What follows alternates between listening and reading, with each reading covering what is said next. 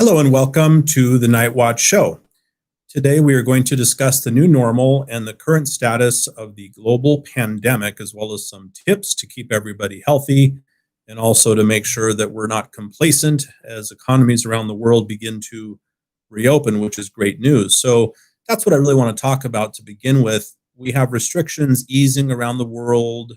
The new normal is definitely being phased in at this time. Businesses are opening, higher percentages of occupancies being allowed in restaurants and hotels. And it's really great news after all of this time where really throughout the world, countries throughout the world, humanity's experienced just complete limitations based on life as we know it. And many of us have been in states of quarantine and lockdown and restricted to staying at home for long periods of time. So it's very exciting to have the world reopen and be able to go and do things, go to restaurants and stores and coffee shops and malls and even movie theaters and sporting events. And this is all very good news. And I don't want to overshadow how great that news is.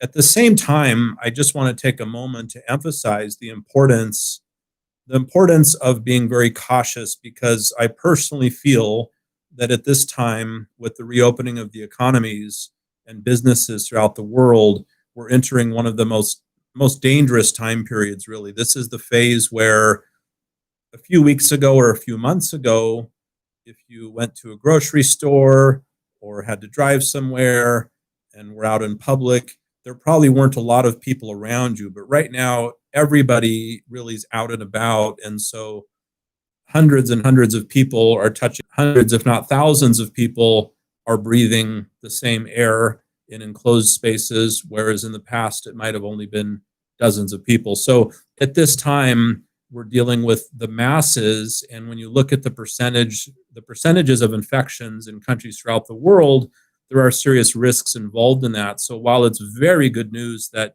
the world is reopening and your country is reopening, your community is reopening, I would say that this is also the time to be even more careful than we were during lockdown, because now we have the freedom to be out and about and going places and doing things, but so does everyone else.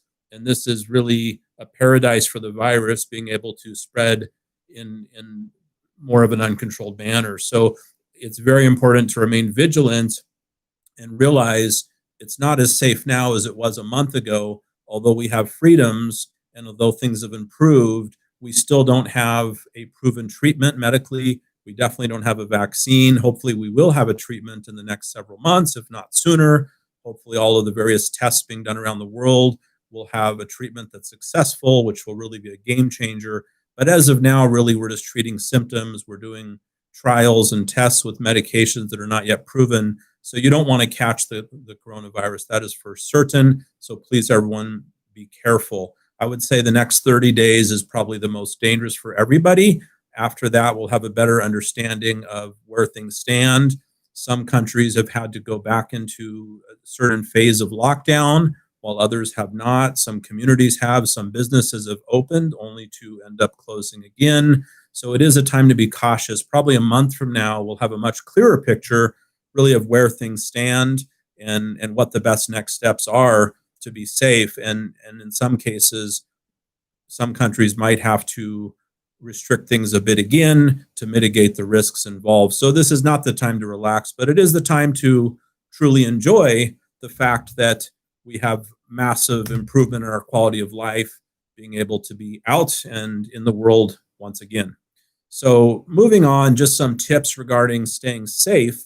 Some tips regarding staying safe during the pandemic. So it is very important, as we all know, to wear a mask. And please keep in mind that the mask does protect you to some extent, but it also protects others. And for the sake of others who might have weaker immune systems than yourself, it is so important to wear a mask, because you may unknowingly, not wearing a mask, spread the virus to somebody else who has a strong immune system, who's very healthy, and who will beat the virus successfully, but they may be in the same household or come in contact with someone with a weaker immune system. They're very young, that has a weaker system that may not survive it. So we don't want to be responsible for that. So please wear a mask for your own protection, even more importantly, for the protection of those around you. So let's just talk a little bit about America. And when we look at the numbers, it's really a big wake up call. I don't hear the news really focusing on this. So, America has a population of about 327 million people, a very big country, not as big as China or India, of course, but a huge country nonetheless. The number of cases in America is 2.2 million plus and growing. So, when you look at that, that's about 0.07% of the US population. So it's just under 1% of the population in America has been confirmed as infected with coronavirus. If you run the numbers, it's roughly 1 out of 142 people in America have been confirmed as having the coronavirus, which is a lot of people. So if you're in a mall in America with thousands of people, the chance of someone in there possibly being positive is a real risk. If you're in a club with 200 people, so just remember that 0.07% of the US population is infected. It's approaching 1%, 1 out of 142 people. And the death rate in America is over 5%. It's actually creeping towards 6%, which is a very high death rate, over 121,000 deaths out of 2.2 million plus confirmed cases in America. Globally, what's interesting is it's a bit consistent. Globally, the death rate is also well over 5%, under 6%. It's in the same rough range with 8.6 plus million confirmed cases of coronavirus around the world and approximately 460,000 plus deaths around the world. So essentially, we're looking at a similar death rate in America versus globally. That death rate is very high. So in the beginning stages of the pandemic, a lot of experts and a lot of people said it's really just like influenza. But globally, the death rate from the flu is under 1%, according to the World Health Organization, the WHO, whereas globally, the fatality really getting close to 6%. In America, the death rate from the flu is approximately 0.1%. So in America, with the death rate of the flu being at 0.1%, and the death rate of the COVID-19 being over 5%, really COVID-19 is more than 55 times deadlier than the flu in America.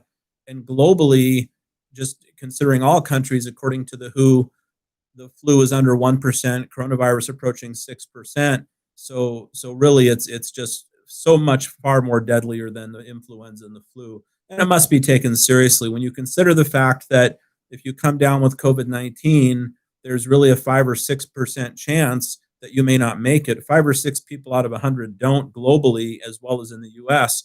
And what's also very frightening, a Columbia University study estimates that only 1 in 12 cases of COVID-19 in the US are documented. So it's actually far more widespread than we realize. And I believe the same trend to be true probably globally in most countries. Not everybody's being tested. So when you look at the number of cases, for example, in America, just under 1% of the US population being confirmed positive with coronavirus, that's out of 327 million population, over 2.2 million confirmed cases. When you look at that percentage and you consider that according to Columbia University researchers, it's very possible that only 1 in 12 cases is documented, it really could be a 12 times greater number of infections in America and perhaps even around the world in countries on a widespread basis. And that could very easily bring that less than 1% up to as much as 8 to 12% of the US population being positive with coronavirus. So it is quite widespread. So just some tips now on how do you deal with the coronavirus and being cautious. The risk we have now is everybody's so excited to be out in the world and resuming normal life that it's easy to forget this is probably one of the most dangerous times because everybody else, including those that may be infected and not know it, are also out and about. So it's very important, as we all know, to use alcohol or, if not available, soap and hot water as much as possible and very thoroughly. You should always have alcohol with you if you possibly can. And just remember that never touch your face, obviously. We all know that by now. And this is one of the things that can trick people. When you're buying food, for example, you stop in a convenience store and you buy a bag of chips and you open the chips with your hand and you reach in and you grab that chip and you put that chip in your mouth. You may not think about the fact that 100 other people might have breathed on and touched that bag of chips. So really, you've got to be so careful with packaging in grocery stores, in convenience stores, in any kind of store, because everybody's touching it, breathing on it, and certainly that's not a sanitary surface. And as we know, the COVID-19 virus can live on surfaces for days potentially. So in any case, the best thing to do is to wipe down the packaging with alcohol. That's not always possible, but open the bag of chips, pour them on a plate, clean your hands with alcohol, and then use your fingers to eat that food. But precautions like that are quite important after shopping for groceries, shopping really for anything. Another point I want to make that I think is not obvious is when you arrive home, the worst thing to do is to jump on your couch or jump in your bed with your clothes that you've been out in the world wearing, that very likely, I shouldn't say likely, but there is a chance with, in America, for example, 1 out of 142 people being confirmed positive. So if you're out all day running around, possibly working, possibly in malls, possibly in coffee shops or restaurants, sitting on buses and trains or anywhere, there is a chance that your clothing could be carrying that virus. So the worst thing to do is to walk in your house with your shoes and jump on your couch or your bed. The best thing to do is to really decontaminate. So you remove those clothes that have been out in public and clean up, take a good shower, plenty of soap and water, and don't touch those clothes again. Those are going into the washing machine or hand washing, however you're washing your clothes. But please make sure to decontaminate. And another important thing is your shoes. You don't want to wear the shoes inside your house. Shoes are anywhere and everywhere, walking on roads and floors that are really walked on and breathed on and coughed on and moved upon in all ways by everybody. So you're dealing with potentially so much opportunity for viruses to embed themselves in the soles of your shoes as you're walking around. So when you get home, the best thing to do is to remove those shoes and leave them outside or at the door, but don't walk around your house and possibly spread the virus around your house on the floor. Then your cat or dog walks through it. Now they can be infected as well. We know pets can catch this too. But not only that, your cat's probably going to jump on just about everything in the house, your counters, your beds, your pillows, where your face will be 2 hours later. Your dog's probably going to pick up the shoe and run around the house celebrating at your home. And if it's contaminated, it's going to spread all over the place. So the best thing to do when you get home, decontaminate, remove the shoes at the door, change clothes, take a shower first, and then relax and not worry about it. And obviously soap and water and just decontaminate. So wanted to make that point. I'm not sure everyone realizes that. And also, as far as keeping your immune system strong, that's also quite important. Vitamin D has been shown to help to really give us strength and immunity against the COVID-19. In fact, the studies are showing that those that have a deficit in vitamin D, for example, that don't have enough vitamin D in their system are more susceptible to infection. So that leads us to the conclusion it's very good to take vitamin D regularly, daily, as much as 5,000 IUs, for example. And I just happen to have right here in front of me what I'm taking, and it's 5,000 IUs. There are various brands available, obviously, but this is one example. And it's quite important to take vitamin D daily. You can take 1,000 or more. I personally am taking 5,000. That's kind of the max daily dose, and that should be sufficient. And that's advice that's been given to me by a physician, and also I've researched it independently. Vitamin D is quite important. Some people are deficient in vitamin D levels, making you far more susceptible. And of course, vitamin C is helpful also. But overall, multivitamins, boost that vitamin D with a standalone vitamin D supplement, 1,000 to 5,000 IU in strength. Get plenty of sleep, eat healthy. That keeps your immune system strong. It's really good if you can start exercising now. That also boosts your immune system. The stronger and healthier your immune system is, the better chance you have of avoiding being infected by this virus. It's also great to have a thermometer, and if you're feeling not well, take your temperature. If your temperature is normal, that's a very good sign. If your temperature is high and you have other symptoms, that is a sign that it's time to go and seek really evaluation, medical help.